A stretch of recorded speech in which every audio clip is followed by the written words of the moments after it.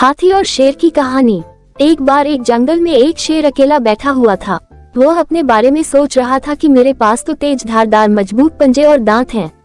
साथ ही मैं एक बहुत ही ताकतवर जानवर भी हूँ, लेकिन फिर भी जंगल के सारे जानवर हमेशा मोर की ही तारीफ क्यों करते रहते हैं।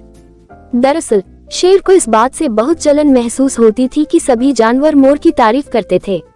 जंगल के सभी जानवर कहते थे कि मोर जब भी अपने पंख फैलाकर नाचता है तो वह बहुत सुंदर लगता है। यही सब सोचकर शेर बहुत दुखी हो रहा था। वह सोच रहा था कि इतना ताकतवर होने और जंगल का राजा होने पर भी कोई उसकी तारीफ नहीं करता है। ऐसे में उसके इस जीवन का क्या मतलब है। तभी वहाँ से एक हाथी जा रहा था। वह भी काफी दुखी था। जब शेर ने उस दुखी हाथी को देखा तो उससे पूछा, तुम्हारा शरीर इतना बड़ा है और तुम ताकतवर भी हो, फिर भी इतने दुखी क्यों हो? तुम्हें क्या परेशानी है? दुखी हाथी को देखकर शेर ने सोचा कि क्यों न मैं इस हाथी के साथ अपना दुख बांट लूं।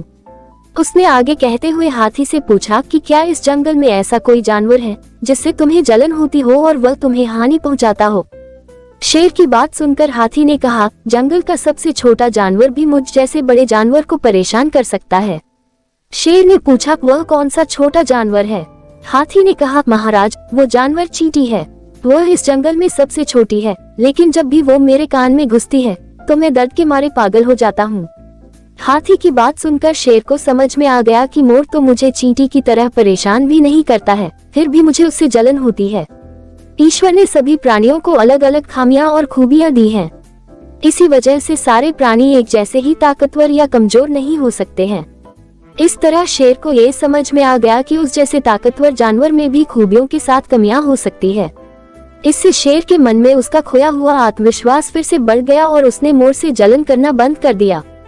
कहानी से सीख, हमें कभी भी किसी की खूबी देखकर उससे नहीं जलना चाहिए, क्योंकि हम सभी में अलग अलग खूबियां और खामियां होती है।